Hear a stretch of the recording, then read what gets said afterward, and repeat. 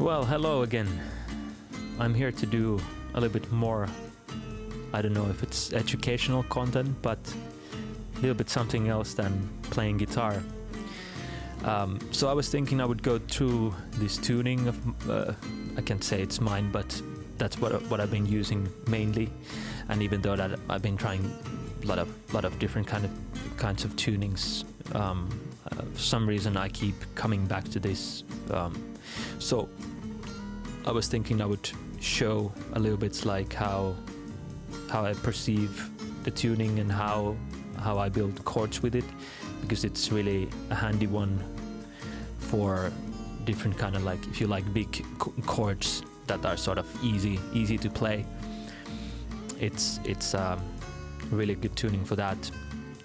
So maybe that will give some ideas for yourself, like if you don't like to use this particular tuning, maybe you can think of and try different kind of tunings and see which one will be sort of the most useful and more creative, most creative tuning for you.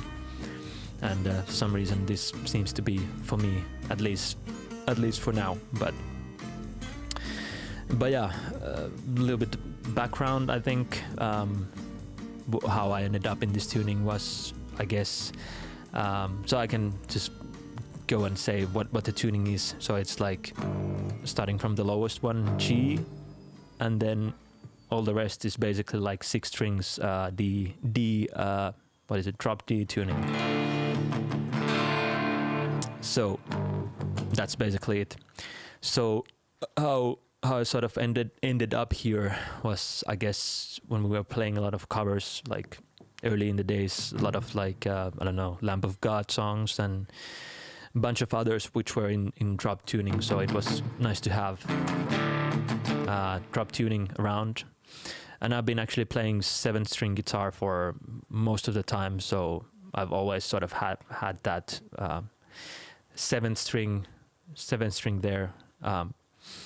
So then if you have like drop D tuning, then the logical thing with the lowest string is to like drop it down one step. So it would be in A actually. So that was also something that I was using a lot in the beginning, and I wrote a lot of stuff in that tuning as well. So that was kind of like where I was stuck with for most of the time, and I didn't really experiment with different kind of tunings, partly because of this thing, because you know, this was kind of like my only and my main guitar at the time, and you know, it's got Floyd Rose bridge, and everybody who owns guitar with that bridge knows that it's a pain in the ass to change the tuning or even change the strings. It's a lot of work to get it back to balance, you know, the bridge. So I was kind of like stuck with the tuning for a long time, and then I guess at some point I just started to think like, what would be the smallest thing that I can change to, you know, so that the bridge wouldn't go like crazy. So I just ended up dropping the lowest string, which was at that time in A. I just dropped that in to G, basically. So where is it now?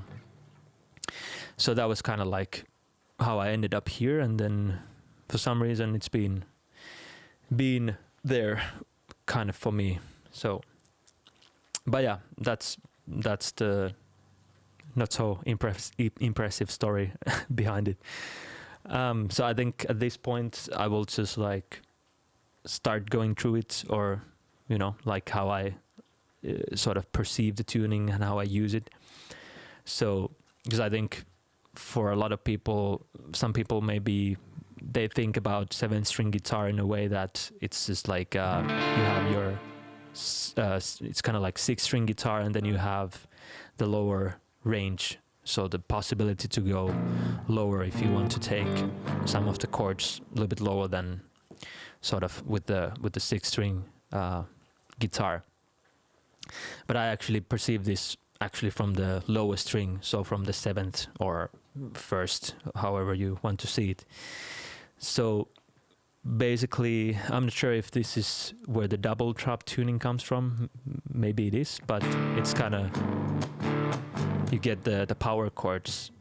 If you play only the two strings, you get the power chords in the same way. So that's kind of handy side of this tuning. And if you wanted to do like the real power chords, you would do it like this. The shape is sort of like reversed in this tuning. If you want to play it on the 3 lowest strings, the power chord basically. So it's kind of like thinking about the A string here, or the 3rd string, as a mirror, and then you have this same shape, but it goes, other way around. But I don't really use actually the 3rd one for that purpose much. But what it sort of provides is that because the whole register of that string is lower, you get, if you want to play major or minor chords, or you have the 3rd interval, it's really easily accessible. So then you would just play like the normal power chord, just the 2 strings. You have them in a regular way, and then on the 3rd string you can add the middle finger, or what is this? Is the index, or no, not index, but the 3rd finger, whatever it is. You can add that to create minor or major chord. So that would be, if we stay with this B, which is the fourth fret of the lowest string, that would be the 5th or the 6th on this A string, or the 3rd string. Yeah. So then it's really close there. You can get it really easily if you want to play those kind of chords. All right. Then what I typically do, we can go to the next string. So that would be the fourth string, starting from the lowest. So then you can either have it to be like the octave for the 5th. If you want to add like a little bit more sort of harmonics to the chord. But what I like to do a lot of the times is that you add the pinky, and you can add the 7th interval basically. So you can have either the minor or the major 7th to the chord. So then you can still keep either the minor or major 3rd, and then in either case you can add the 7th, either 7 if you like. So in the minor 3rd you would have the small minor 7th, and then maybe a little bit more dodgy kind of chord, the major 7th. And then if you make it a major chord, you can do the same. There you have the major 7 and then minor 7.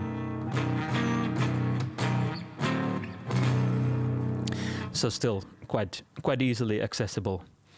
And then, as we still have one finger left, what I like to do, you can add yet another string, which would be the 5th one, starting from the lowest.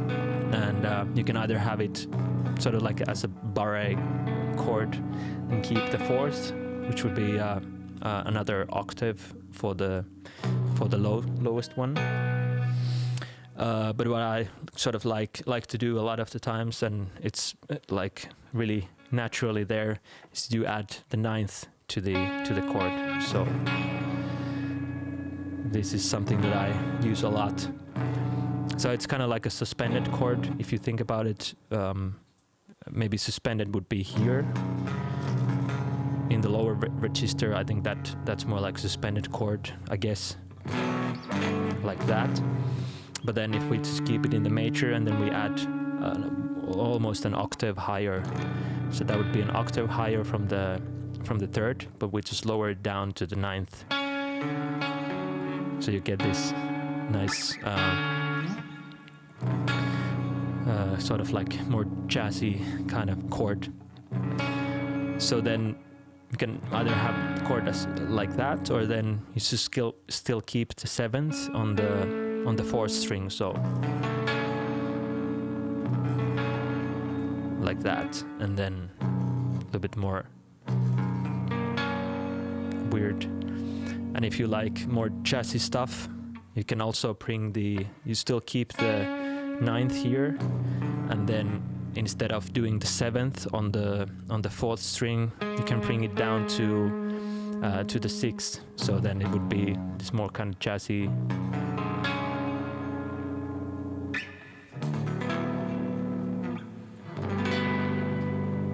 Yeah.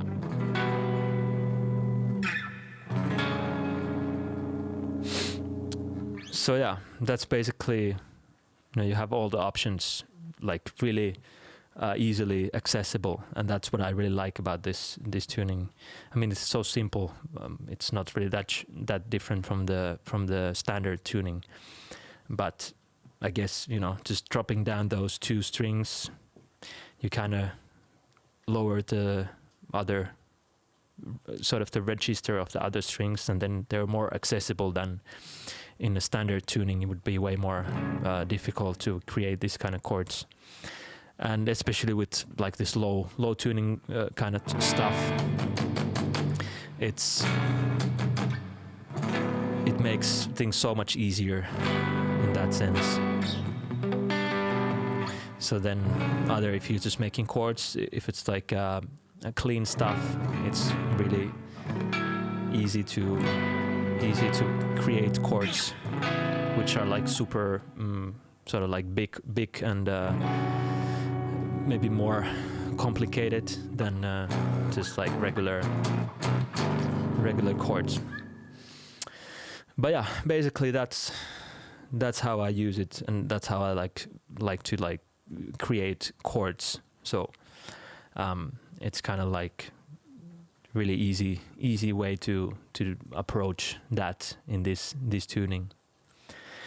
So yeah, maybe that gave some sort of new ideas about tunings and how to think about them, and maybe explore some new tunings as well. These days I've also tried a bunch in drop C tuning, so I've lowered. Actually, something that I also like to do with this is that then the next logical thing is to drop this A string again down 1 step, so then you would get basically like this big drop G tuning. So then it would be something like that. If you played all of them, and you can play these really big sounding power chords with that. So that's what I've been doing, also using a lot lately. And then after that, you can again drop maybe the D string down to C, and then I've also dropped that G string down to, what is it, F or something like that, like 1 step down again. So you get sort of more to the 8 string range in that way.